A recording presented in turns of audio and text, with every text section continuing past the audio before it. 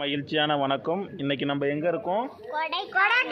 இன்னைக்கு நாங்கள் எல்லாம் சூப்பராக கொடைக்கானலில் ஜாலியாக என்ஜாய் பண்ணிக்கிட்டு இருக்கோம். அதுவும் இளம் தலைமுறைகளோட இளம் பிஞ்சுகளோட இன்னைக்கு பயணிச்சிருக்கோம். ஹாய் சொல்லு. ஹாய். ஹலோ. எல்லாம் எப்படி இருக்கீங்க? மக்களோட முக்கிய வாழ்வாதாரம் ஆதாரமான குடிநீர் எங்கே கிடைக்கும் அப்படின்னு பார்த்தீங்க அப்படின்னா, இது மாதிரி 200 அடி 2000 அடி மேலே போகும் பொழுது மேகங்கள் நம்ம மேலே தொட்டு போகக்கூடிய ஒரு சூழ்நிலை நம்மளால் உணர முடியும். இப்போ அந்த மேகம் இருந்தால் தான் மழை பொழியும்.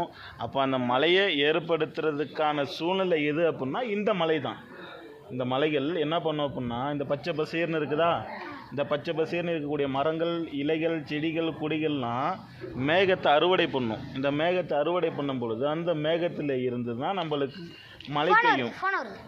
மழை பெய்யும். அப்போ அந்த மழை நீர் தான் நம்மளுக்கு குடிநீராக மாறும்.